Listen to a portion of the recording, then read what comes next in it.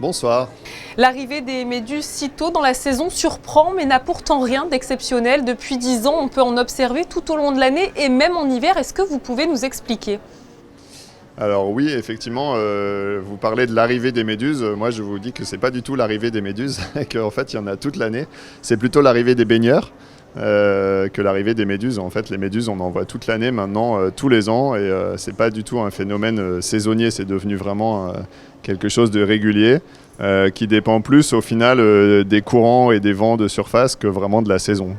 Alors justement, elles seraient présentes par milliers sur la Côte d'Azur. Pourquoi ces méduses apprécient-elles particulièrement cette zone ? Alors encore une fois, elles n'apprécient pas forcément particulièrement cette zone, c'est plus une zone dans laquelle elles sont poussées par les courants et les vents. En fait, les méduses, il faut bien comprendre qu'elles se déplacent au gré des courants, elles sont poussées par le courant et les vents de surface.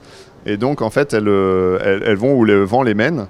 Donc elles arrivent sur nos plages où finalement elles s'échouent sur les plages, mais elles vivent aussi au large et elles sont poussées vers nos côtes par le vent. Aujourd'hui, quelles sont les plages du littoral français les plus envahies par les méduses ?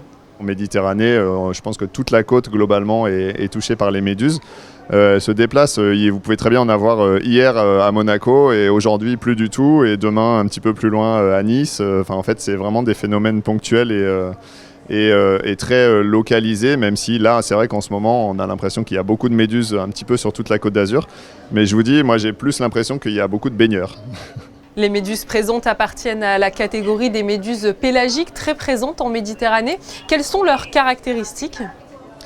Alors effectivement, on parle essentiellement de la méduse pélagie, donc Pelagia noctiluca, qui est la méduse violette, qui a cette petite ombrelle un peu tachetée violette. C'est pas celle que vous voyez derrière moi, mais c'est une méduse qui fait une dizaine de centimètres quand elle est adulte, avec des filaments qui s'étendent derrière l'ombrelle de la méduse, qui peuvent faire 40, 50, 60 cm.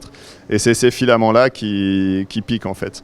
Donc la méduse en elle-même, elle est constituée de l'ombrelle qui lui permet de se déplacer et d'avancer, même si je vous ai dit qu'elle se déplaçait plutôt au gré des courants, mais ça lui permet quand même de se déplacer un petit peu. Et ces filaments qui lui permettent de capturer la nourriture et qui peuvent du coup traîner sur quasiment 1 mètre derrière elle.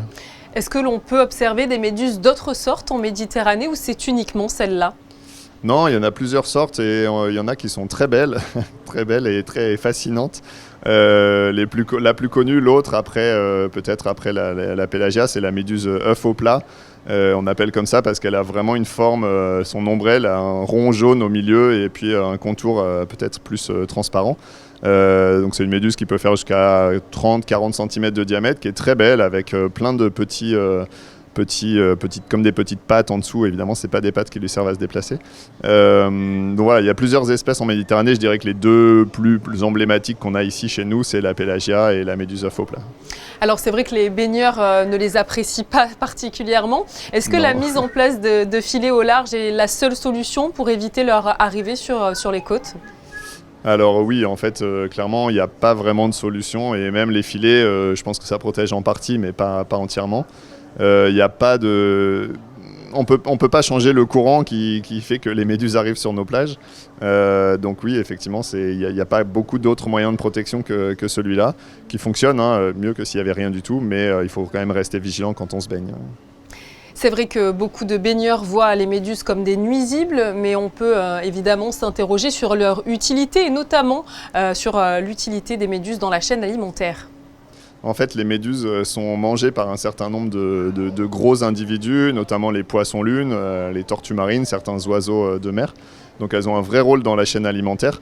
Le problème, c'est qu'une chaîne alimentaire déréglée parce que peut-être trop de surpêche et peut-être moins de prédateurs sont des conditions du coup qui favorisent le développement des méduses au-delà de ce qu'elles devraient normalement, de la place qu'elles devraient occuper normalement. Un point médical également dans ce journal, comment soigner une piqûre de méduse si ça nous arrive ?